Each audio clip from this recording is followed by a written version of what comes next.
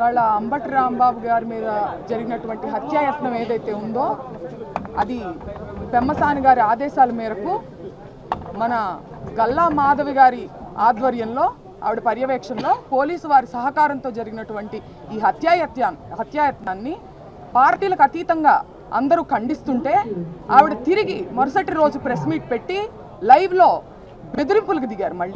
నేను మళ్ళీ వస్తాను, మీ ఇంటికి పరామర్శకి వచ్చే వాళ్ళు ఆస్తులు అమ్ముకోవాలి అని ఆవిడ లైవ్లో కూర్చుని మా కుటుంబ సభ్యుల్ని ఆవిడ హెచ్చరిస్తున్నారు.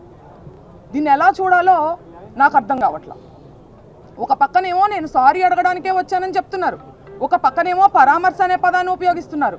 అంటే సారీ అడగడానికి వస్తే పరామర్శ ఎందుకు ఉంటుందండి? అంటే మీరు ఇండైరెక్ట్గా మళ్ళీ దాడి చేస్తాను అని చెప్పి మీరు హెచ్చరిస్తున్నారు మమ్మల్ని.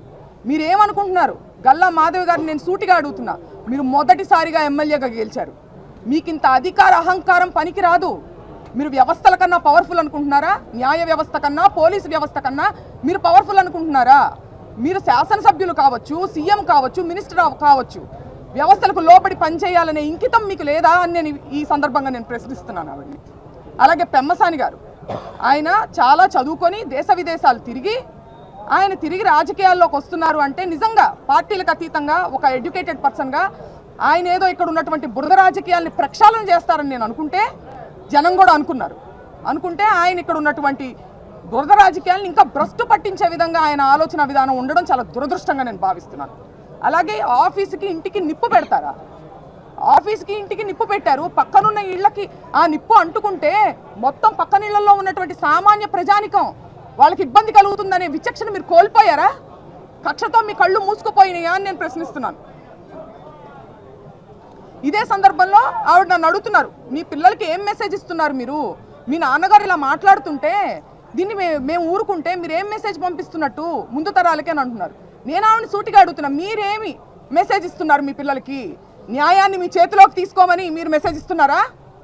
వ్యవస్థల్ని కంట్రోల్ చేయమని మీరు మెసేజ్ ఇస్తున్నారా? అవతలి వారు తప్పు చేస్తే అంతకు మించిన తప్పు మీరు చేయండి అని మీ పిల్లలకి మీరు మెసేజ్ ఇస్తున్నారా?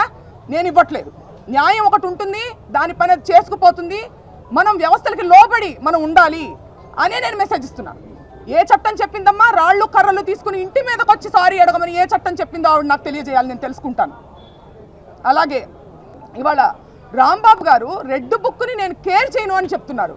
అలాంటి మనిషి లా అండ్ ఆర్డర్కి రెస్పెక్ట్ ఇచ్చి ఆయన వల్ల తప్పు జరిగినప్పుడు వచ్చి సారీ చెప్పారు. ఈ వ్యత్యాసాన్ని మీరు గమనించాలి. రెడ్ బుక్ అనేది ఒక కక్షపూరితమైన చర్య, ఒక డెమోక్రసీలో జరగాల్సినటువంటి ఒక పని కాదు. కాబట్టి ఆయన దాన్ని ఎదిరించి ధైర్యంగా నిలబడి, ఒక పక్కనేమో ఆయన వల్ల తప్పు జరిగినప్పుడు జెంటిల్మెన్గా ఆయన వచ్చి సారీ చెప్పడం జరిగింది. అయినా కూడా దాడి చేశారు.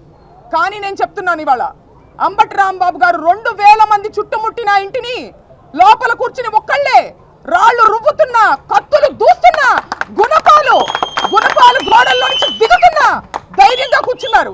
ఆ ధైర్యం ఎక్కడిది? వ్యవస్థ మీద ఉన్నటువంటి నమ్మకమే ఆయనకు ఆ ధైర్యం ఇచ్చిందని నేను నమ్ముతున్నాను. కానీ వాళ్ళ వ్యవస్థల్ని నిర్వీర్యం చేసి, పోలీసుల్ని డమ్మీ చేసి, పోలీసు వ్యవస్థ అనేది ఎంత పవర్ఫుల్, దాన్ని డమ్మీలుగా చేసి మీరు ఇంటి మీదకి వచ్చి ఆడవాళ్ళ మీద కూడా దాడి చేస్తారా? మీరు గమనించుకోవాలి. అలాగే నేను పవన్ కళ్యాణ్ గారిని, చంద్రబాబు నాయుడు గారిని ఇద్దరిని నేను లా అండ్ ఆర్డర్ని కాపాడమని నేను అడగడం జరిగింది. నేను అడిగితే మమ్మల్ని వాళ్ళు ప్రశ్నిస్తున్నారు.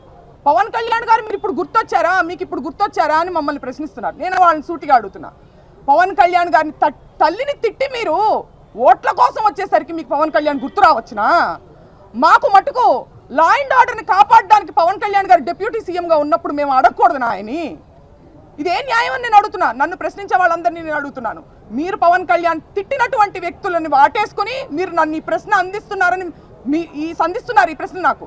నేను నా పర్సనల్ రికమెండేషన్ కోసమో ఏదో ఫ్యామిలీ రికమెండేషన్ కోసమో నేను ఆయన అడగలేదండి.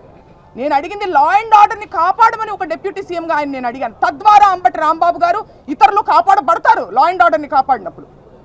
దీన్ని మీరు ఒకసారి మీరు ఆలోచించుకోవాలి. మీ మనస్సాక్షికి దీన్ని వదిలేస్తున్నాం. ఏమి చేతకానప్పుడు ఏదో ఒకటి చేయాలి. వస్తువులు పోయినాయా? వాళ్ళు చూసారు, వాళ్ళే తీసుకెళ్లారా ఏంటి చెప్పిన వాళ్ళు? అదంతా ఫేక్ న్యూస్ అండి. అది కేవలం ఏంటంటే దీన్ని ఏదో సైడ్ ట్రాక్ చేయాలి, ఇంకేదో రకంగా బురద జల్లాలి అని చెప్పి అలాంటివి చెప్తున్నారు.